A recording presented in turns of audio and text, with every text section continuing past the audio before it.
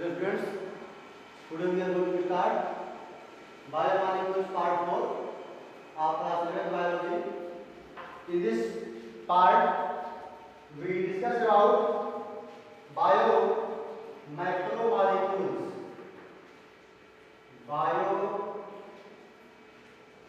macromolecules.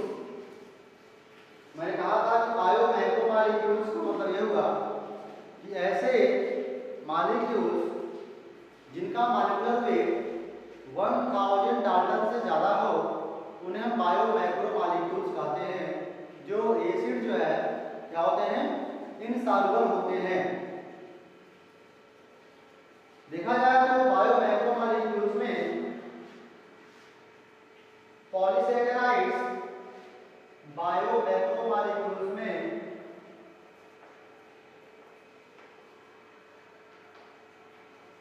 Polysaccharides, दूसरा proteins, तीसरा nucleic acid आता है। अब बेटा जो पॉलीसैकेराइड्स है वह पॉलीमर किसका है? Polymer of monosaccharides. यह जो है मोनोसैकेराइड्स का पॉलीमर है। और जो प्रोटीन है वह किसका है? एमिनो एसिड का पॉलीमर है। और जो न्यूक्लिक एसिड होता है वह किसका पॉलीमर है? Nucleic acid polymer of nucleotides. यह जो पॉलीमर है वो न्यूक्लियोटाइड्स का है। अब देख रहे हैं कि इसमें 3 bio macromolecules are present. Number 1 polysaccharides, number 2 proteins and number 3 nucleic acid. Polysaccharide जो है मोनोसैकेराइड्स का पॉलीमर है। प्रोटीन इसका है, एमिनो एसिड्स का है। Protein are polymer of amino acid and nucleic acid is the polymer of nucleotides. इसके हम देखेंगे होमोपॉलीमर क्या है और हेटेरोपॉलीमर क्या है। दो टर्म यहाँ पे आता है, होमोपॉलीमर, दूसरा है हेटेरोपॉलीमर। होमोपॉलीमर का मतलब हो गया अगर पॉलीमर में मान लीजिए कोई पॉलीमर न्यूक्लियोटाइड्स का है तो सारे न्यूक्लियोटाइड्स जो है सेम हो और आपस में वो ज्वाइंट हो तो होमोपॉलीमर। मान लीजिए कोई प्रोटीन है और प्रोटीन जो है बना है वो अमीनो एसिड से बनता है। अगर किसी प्रोटीन में सारे अमीनो एसिड सेम हो तो उसे हम होमोपॉलीमर कहेंगे। लेकिन अगर डिफरेंट अमीनो एसिड से कोई प्रोटीन बना हो दैट इज कॉल्ड क्या बोलेंगे उसे? Heteropolymer. Heteropolymer are those polymer which are formed with the help of more than 2 amino acids. So we can say that when more than 2 different type of amino acids are joined to form polypeptide chain, that is called the heteropolymer or heteropolymer protein. Clear? If the same amino acid join and form a chain of the chain of polypeptide, that is the formation of the homopolymer protein. अब इस बात करते हैं लोग कि protein होता क्या है। प्रोटीन क्या होता है? प्रोटीन जो है हेटेरोपॉलीमर कंटेनिंग जो है रिंग होता है। Hetero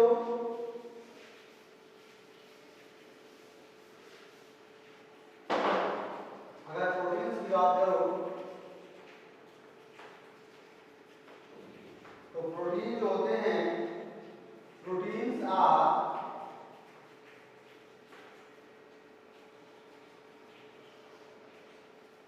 heteropolymers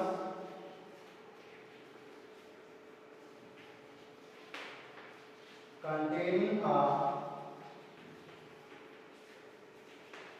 string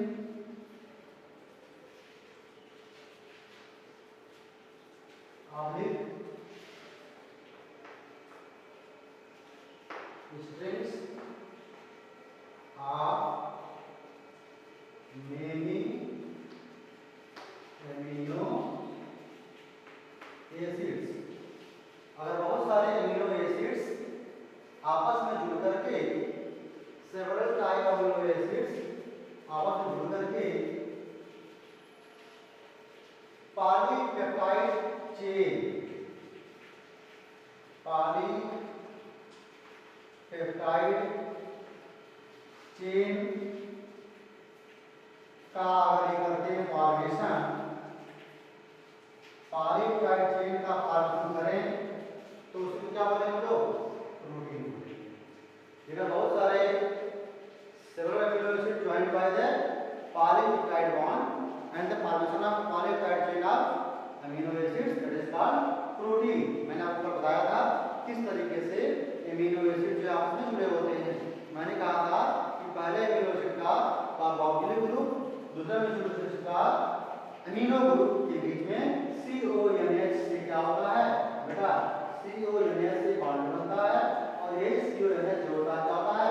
peptide bond कहलाता है, जिसका फॉर्मेशन वाटर के रिमूवल से होता है।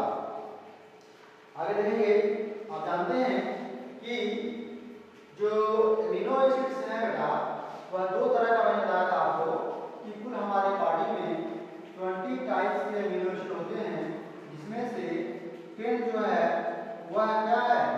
नॉन इसेंशियल है और 10 जो है आप क्या है? इसेंशियल है। मैंने आपको बताया था कि ऐसे एमिनो एसिड्स यानी इसमें 10 नॉन इसेंशियल, 10 इसेंशियल, ऐसे एमिनो एसिड्स जो हमारे बॉडी में automatically with the help of metabolism बनते रहते हैं, that is called non essential. और ऐसे एमिनो एसिड जो हमारे बॉडी में फूड आइटम से प्राप्त होते हैं उसे हम इसेंशियल एमिनो एसिड्स कहते हैं।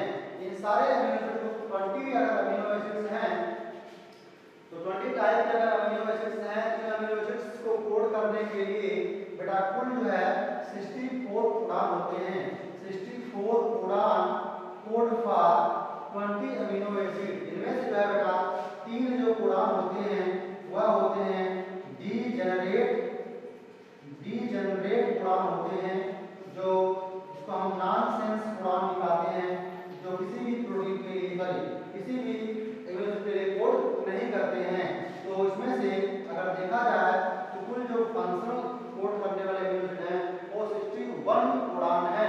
61 codon can code 20 amino acid. इसीलिए किसी एक कोडान को, एक अमीनो एसिड को कोड करने के लिए एक से अधिक कोडान हो सकते हैं।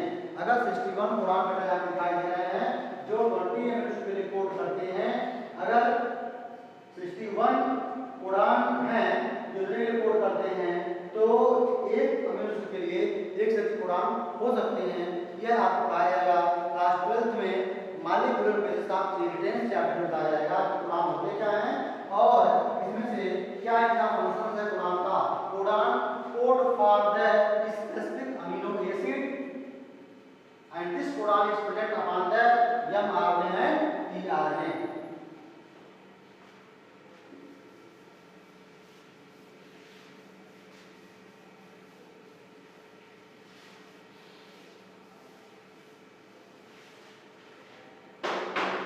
आगे देखिए, इसमें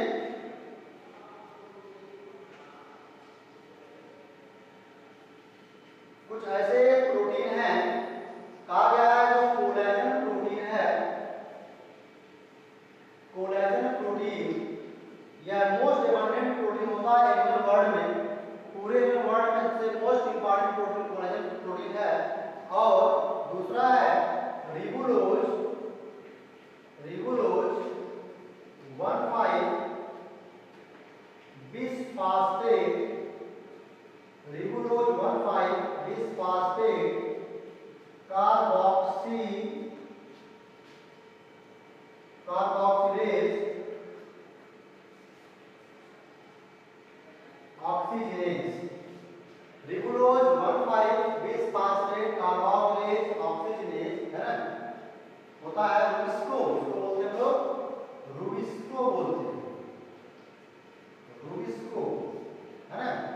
तो जो रुबिस्को है वह मोस्ट एबंडेंट प्रोटीन है ना इन द होल बायोस्फीयर। के कुछ फंक्शंस दिए गए हैं। कौन कौन से प्रोटीन हैं, जैसे मान लीजिए इसमें कोलेजन दिया है, फिर ट्रिप्सिन दिया है, फिर इंसुलिन दिया है, गामा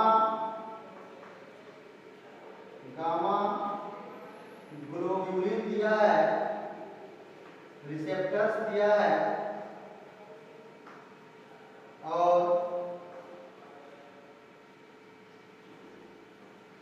GLUT GLUT4 दिया है। ये कुछ स्पेसिफिक प्रोटीन्स हैं। इस प्रोटीन के अलग अलग फंक्शंस भी हैं। जैसे जो कोलेजन फाइबर है उसका फंक्शन है इंटरसेलुलर या एक्स्ट्रा सेलुलर ग्राउंड सबस्टेंस के रूप में काम करता है। दे वर्क एज इंटरसेलुलर और एक्स्ट्रा सेलुलर ग्राउंड सबस्टेंस। दूसरा जो ट्रिप्सिन है यह एक तरह का एंजाइम है जो प्रोटीन से बना होता है, जो प्रोटीन को भी क्या करता है, डाइजेस्ट करता है। दूसरा इंसुलिन बेटा एक तरह का हार्मोन होता है जो पेनक्रियाज में पाया जाता है। यह हार्मोन ब्लड में ग्लूकोज के लेवल को मेंटेन करता है। गामा ग्लोब्यूलिन जो होते हैं, अगर देखा जाए गामा ग्लोब्यूलिन के बारे में, तो यह जो है एंटीबॉडी है जो किसी भी इन्फेक्शन के अगेंस्ट फाइट करता है। रिसेप्टर्स क्या होते हैं, कभी कभी प्रोटीन जो है एज ए रिसेप्टर्स काम करते हैं और वह किसी केमिकल्स को, है ना, क्या करते हैं, ट्रांसपोर्ट भी करते हैं। As well as they receive the sensory stimulus like smell, taste, है ना। GLUT4 क्या है, GLUT4 regulate transport of glucose into the cell. यह हमारे सेल्स में ग्लूकोज के ट्रांसपोर्ट को रेगुलेट करते हैं। यह जो था पॉलीसैकेराइड है, सॉरी प्रोटीन के बारे में। अब हम बात करते हैं पॉलीसैकेराइड्स के बारे में, जो एक तरह का बायोमैक्रोमोलेक्यूल्स है। सेकंड बायोमैक्रोमोलेक्यूल्स क्या है, पॉलीसैकेराइड्स। पॉलीसैकेराइड जानते होंगे आप, several molecule of sugar, several molecule of sugar is called polysaccharides. Polysaccharides कोई पार्टी पॉलीसैकेराइड को इस्तेमाल नहीं कर सकती, क्योंकि इसमें शुगर के बहुत सारे मॉलिक्यूल्स होते हैं। इनके बॉन्ड को ब्रेक करके हम इसे ओलिगोसैकेराइड में, डाइसैकेराइड में और इसे मोनोसैकेराइड में कन्वर्ट करके बॉडी अगर इसको इस्तेमाल करती है। इसलिए जो प्लांट है, जो एनिमल्स है, वह पॉलीसैकेराइड के रूप में ही फूड मटेरियल को स्टोर करके रखे रहते हैं और उसको बाद में डिकम्पोज करके बाद में उसको सिंगुलर फॉर्म में कन्वर्ट करके बॉडी को इस्तेमाल करती है। ध्यान से देखो, पॉलीसैकेराइड्स में अगर देखा जाए तो कार्बोहाइड्रेट्स जो हैं इसमें बहुत सारे मोनोसैकेराइड्स के मॉलिक्यूल मिलते हैं, तो क्या बनता है, पॉलीसैकेराइड बनता है। इसमें दो नाम दिया है, होमोपॉलीसैकेराइड और हेटेरोपॉलीसैकेराइड्स। ये मैंने आपको सर बताया था, होमोपॉलीसैकेराइड्स और दूसरा है हेटेरोपॉलीसैकेराइड्स। जो बेटा होमोपॉलीसैकेराइड्स हैं उसमें शुगर के सेम मॉलिक्यूल आपस में जुड़े होंगे और बॉन्ड बना होगा। कौन सा बॉन्ड रहता है, ग्लाइकोसिडिक बॉन्ड। तो शुगर के मॉलिक्यूल जो है ग्लाइकोसिडिक बॉन्ड से जुड़ते हैं और जुड़ने के बाद चेन का फॉर्मेशन करते हैं। अब देखेंगे एग्जांपल क्या होगा आपका, सेल्यूलोज होगा,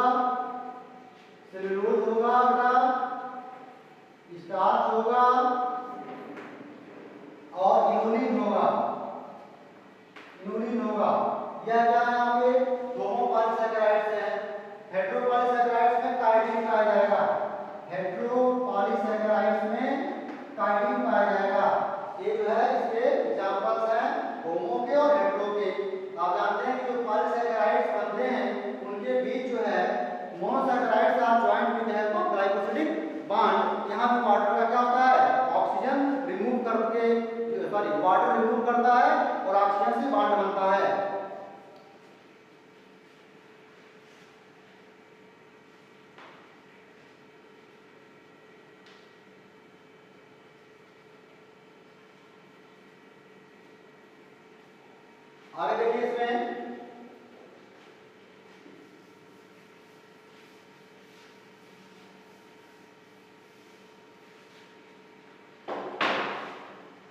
nucleic acid.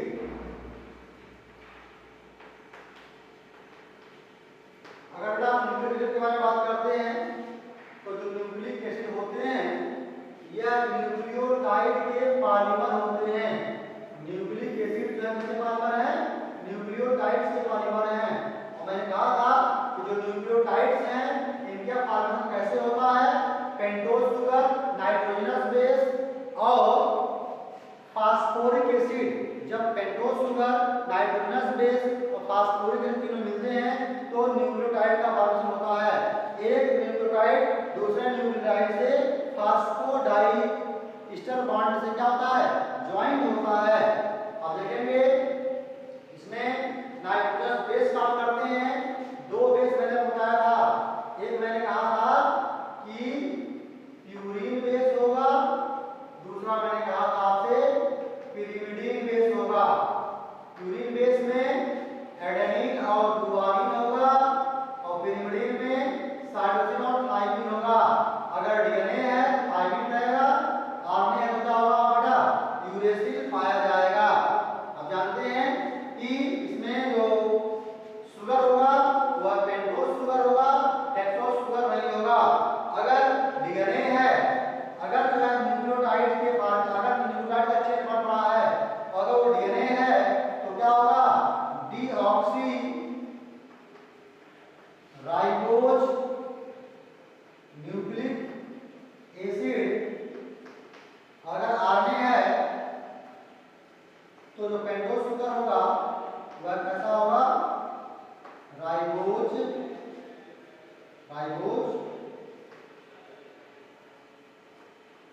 Nucleic acid. Deoxyribonucleic acid and ribonucleic acid. अब जानते हैं कि डीएनए में थाइमिन होगा, नाइट्रोजनस बेस और आरएनए में क्या होगा? यूरेसिल पाया जाता है। ठीक है ना? क्या हमने पढ़ा अभी इस लेक्चर में? क्या क्या पढ़ा? बायोमैक्रोमोलेक्यूल्स क्या होते हैं? बायोमैक्रोमोलेक्यूल्स में आपने पढ़ा प्रोटीन, पॉलीसैकेराइड्स और न्यूक्लिक एसिड। आगे हम नेक्स्ट लेक्चर में बात करेंगे स्ट्रक्चर ऑफ प्रोटीन, प्रोटीन के स्ट्रक्चर के बारे में और फिर बात करेंगे nature of bond of polymer, nature of bonding polymer. Polymers में जो बॉन्ड हैं उनमें कौन कौन से बॉन्ड होते हैं, क्या उनका नेचर है। इसलिए इस लेक्चर में तो इतना ही बताएंगे आपको। That's all.